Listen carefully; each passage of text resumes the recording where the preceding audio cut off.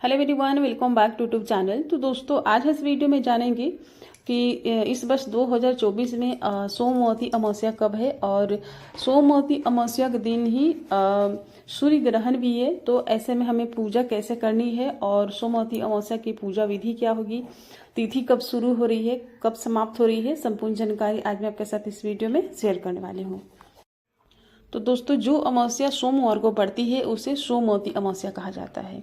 तो इस वर्ष 2024 में जो सोमवती अमावस्या है वो 8 अप्रैल को पड़ रही है। तो 8 अप्रैल को हमें सोमवती अमावस्या की पूजा करनी है, व्रत करना है। और इसकी पूजा जो विधि होती है, मतलब कि हमें उस दिन ब्रह्म मुहूर्त में उठ करके ही स्नान कर लेने चाहिए। मतलब कि सूर्य निकलने से पहले पहले हमें स्नान कर लेनी चाहिए।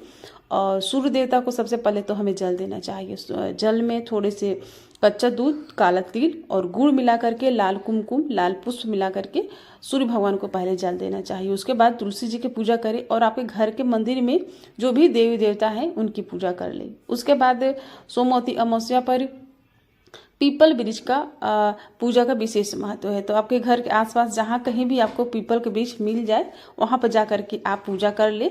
पीपल का वृक्ष अगर नहीं मिलता है तो आप तुलसी जी की पूजा कर ले। तुलसी जी सभी के पास होती है, तुलसी जी की पूजा कर ले और उनकी परिक्रमा कर ले। और पीपल वृक्ष है तो पीपल वृक्ष की पूजा कर ले। पीपल वृक्ष में कच्चा दूध और जल चढ़ाए, हल्दी लगाए, उसके बाद भोग प्रसाद चढ़ाए, कलावा लपेट दे पीपल वृक्ष में और पीपल वृक्ष की परिक्रमा करें। परिक्रमा आप 5, 7, 11, 21, 51 और 108 की संख्या में, मतलब कि अपने समर्थ के हिसाब से आप परिक्रमा कर सकते हैं। जब परिक्रमा करें तो किसी से भी बातचीत नहीं करनी चाहिए, सिर्फ मंत्र उच्चारण करने चाहिए। अगर आपका कोई गुरु मंत्र है, गुरु मंत्र उच्चारण करें, या फिर ओम नमो भगवते वासुदेवाय नमः, या फिर नमः शिवाय, इस तरह के जो भी आपको मंत्र आते हैं आप मंत्र का जाप करें। बात ना करें। बात करने से हमें मतलब कि जब हम परिक्रमा करते वक्त बात करते हैं, किसी को उसको कुछ बोलते हैं तो हमारा परिक्रमा खंडित मानी जाती है। तो हमें बात नहीं करनी चाहिए। मंत्रों का जाप करते हुए परिक्रमा करें अपने समर्थ के हिसाब से। उसके बाद वहीं पर पीपल वृक्ष के नीचे ही बैठ करके और सोमवती अमावस्या व्रत की कथा जरूर सुने। कथा सुने बिना हमें पूजा का बिल्कुल भी फल नहीं मिलने वाला है। तो कथा जरूर सुने और दूसरों को भी सुनाए। उसके बाद घर आ जाए और इस दिन अपने मतलब कि अगर आपने व्रत रखा है तो व्रत के नियमों का पालन करें। कुछ लोग व्रत नहीं भी रखते हैं, तो जो लोग व्रत नहीं रखते हैं उन्हें भी कुछ नियमों के पालन जरूर करने चाहिए। जैसे कि सोमवती अमावस्या पर हमें किसी से लड़ाई झगड़ा, हिंसा विवाद नहीं करनी चाहिए। बिना लहसुन प्याज वाला शुद्ध सात्विक भोजन करनी चाहिए। और दान और दक्षिणा तो हमें इस दिन जरूर देनी चाहिए अपने सामर्थ्य के हिसाब से।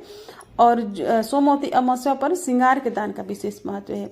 जब आप पीपल वृक्ष की पूजा करें तो श्रृंगार जरूर चढ़ाएं और उस श्रृंगार को मतलब कि ब्राह्मण को आप दान कर दे या किसी जरूरतमंद को दान कर दे। इस तरह से दान जरूर करें। कुछ साथ में दक्षिणा भी दान करें।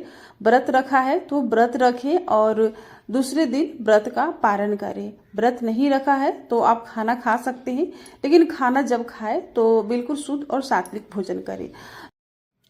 भोजन में आपको मूली, बैगन, साग इत्यादि ऐसी चीजें जो तामसिन होती है उनको नहीं खानी चाहिए। उसके बाद जो लोग व्रत रखे हैं वो लोग तो फलाहार कर सकते हैं, जैसे फल खा सकते हैं, कुट्टू के आटे की पूड़ी, हलवा बना करके ये सब चीजें खा सकते हैं।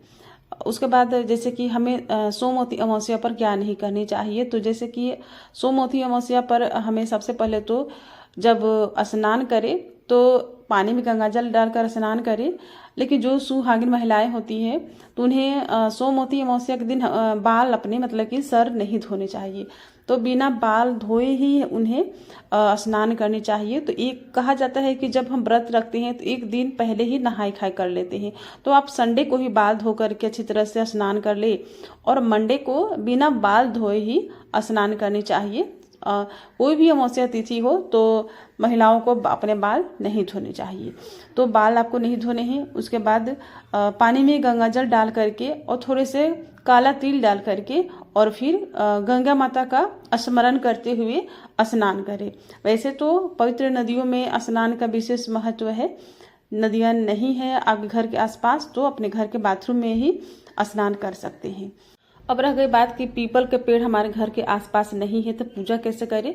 तो आपको क्या करनी है, 1-2 दिन मतलब पहले ही, जहाँ कहीं भी घर के आसपास नहीं, थोड़ा दूर भी अगर मिल जाते हैं, पार्क वगैरह में आप देख ले, तो 1-2 दिन पहले ही पीपल वृक्ष की टहनी तोड़ करके घर में ले आए, उसे रख दे और फिर उस टहनी को किसी भी गमले में या फिर लोटा में रख करके लगा करके और पूजा करके उसकी परिक्रमा कर लीजिए। इस तरह से भी पूजा किया जाता है। इस तरह से भी जब पूजा करेंगे तो हमें पूजा का उतना ही फल मिलेगा जितना कि हम पेड़ की पूजा करते हैं।